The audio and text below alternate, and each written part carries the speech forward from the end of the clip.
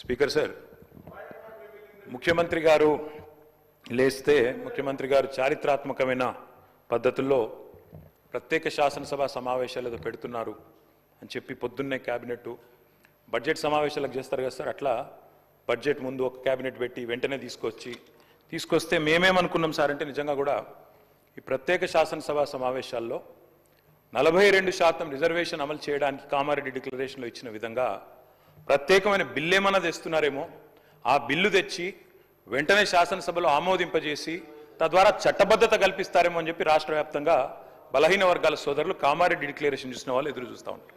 కానీ ముఖ్యమంత్రి గారు ఏం చేస్తున్నారు సార్, ఇక్కడ లేచి ఓ 4 పేర్లు చదివి, అధ్యక్ష మీ ప్రభుత్వం మీద ప్రజలకు నమ్మకం లేదు. ఎందుకంటే రేవంత్ రెడ్డి గారు మీరే చెప్పినారు, సమగ్ర కుటుంబ సర్వే జరిగినప్పుడు తమరిచ్చిన ఉపన్యాసమే మొత్తం యూట్యూబ్లో ఉంది, అన్ని టీవీలలో ఉంది. ఏమన్నారు సార్ ఆ రోజు? ఆ ముఖ్యమంత్రి చెప్తాడు సరే, ఎవరు పడితే వాళ్ళు వచ్చి మీ ఇంటికి వచ్చి వివరాలు అడిగితే ఇచ్చేస్తారా, అవులగాలు దివానాగాలు ఇచ్చేస్తారా అని మాట్లాడింది రేవంత్ రెడ్డి గారు, మేం కాదు. మీరు చెప్పిన మాటలనే ఎన్యూమరేటర్లకు చూపెట్టి చెప్పినారు, మేము ఇయ్యము మీకు వివరాలు, 57 రకాల వివరాలు అడుగుతున్నారు, ఎట్లిస్తాము మీరే అన్నారు ఆనాడు, ఎవరు పడితే వాళ్ళకి ఇచ్చేస్తామా వివరాలు అని మాట్లాడింది, అదే చూపెట్టి అడిగింది. అధ్యక్ష వాస్తవం ఏంటంటే అధ్యక్ష, సమగ్ర కుటుంబ సర్వే 2014లో జరిగింది. శాంతికుమారి గారు ఉన్నారు, రామకృష్ణారావు గారు ఉన్నారు, సందీప్ కుమార్ సుల్తానియా గారు ఉన్నారు, అప్పుడు ఇదే అధికారుల అధ్యక్ష, అప్పుడెవరు వేరే లేరు. సమగ్ర కుటుంబ సర్వే, I'm saying this on record, I worked as a minister for 9.5 years. Yes, చేసింది మొత్తం ప్రభుత్వ అధికారులే, చేపించింది ప్రభుత్వమే.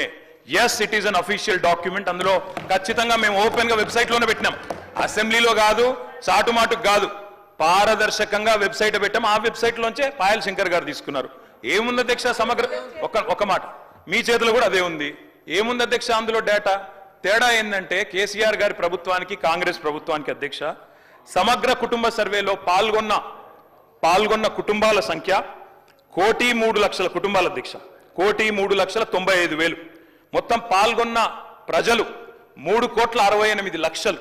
3,68,00,000 జరిగింది ఒక్క రోజులో, 24 గంటల్లో రాష్ట్ర వ్యాప్తంగా ప్రతి ఇంటిని ఎన్యూమరేట్ చేసి అత్యద్భుతంగా చేసినాం. మేము చేసిన తర్వాత ముఖ్యమంత్రి గారు నిజంగా ఎంత మిస్లీడింగ్ గా మాట్లాడుతున్నారంటే అధ్యక్ష, వారు అంటారు అధ్యక్ష ఇంతకు మించిన టాపిక్ లేదు అధ్యక్ష, వారు అడిగిన ప్రశ్నకు తప్పకుండా మా ప్రభుత్వం గతంలో చేసిన పని గురించి వారు అనుమానాలు తలెత్తే విధంగా ఏదైతే మాట్లాడినారో దాని గురించి చెప్పాలి అధ్యక్ష.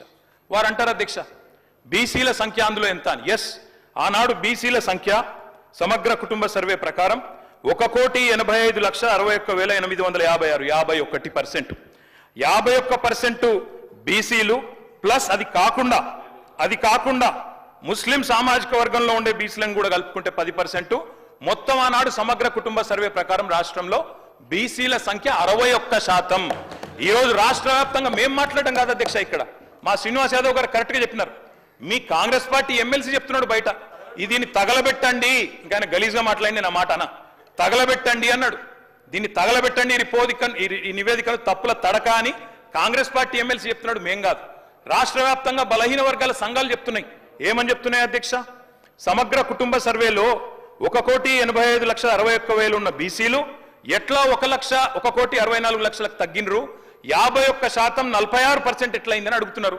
శంకరన్న కూడా అదే అడిగింది కదా అధ్యక్ష, తప్పేం అడిగిండు? ఇక్కడ శంకరన్న ఒక్కడే అడుగుతలేడు అధ్యక్ష, బయట మీ కాంగ్రెస్ పార్టీ ఎమ్మెల్సీ మాట్లాడుతున్నాడు, మీరిచ్చిన స్టేట్మెంట్ను మీరిచ్చిన నివేదికను తగలబెట్టమని చెప్పిండు అధ్యక్ష, మామూలు కాదు. ఇంకొక మాట అధ్యక్ష, మేము అనుకున్నాం అధ్యక్ష శాసనసభ సమావేశం ప్రత్యేకంగా పెడితే, ఇవాళ ఏం చెప్పినారు మీరు కొత్తగా? మీరు చెప్పింది ఈరోజు చెప్పింది మొన్న ఉత్తమ్ కుమార్ రెడ్డి బయట ప్రెస్లే చెప్పిండ్రు. ఆయన ఉత్తమ్ కుమార్ రెడ్డి గారు సబ్ కమిటీ చైర్మన్ గా ప్రెస్ మీట్ లో ఇవాళ మీరు చెప్పిన లెక్కలని మొన్ననే చెప్పిండ్రు. ఎందుకు పెట్టిండ్రు మీరు? ఇవాళ మేమేమనుకున్నాం, 42% రిజర్వేషన్ ఇవ్వడానికి చట్టబద్ధత కల్పిస్తూ బిల్లు తెస్తారనుకున్నాం. లేదా మీరు చెప్పినట్టు 56%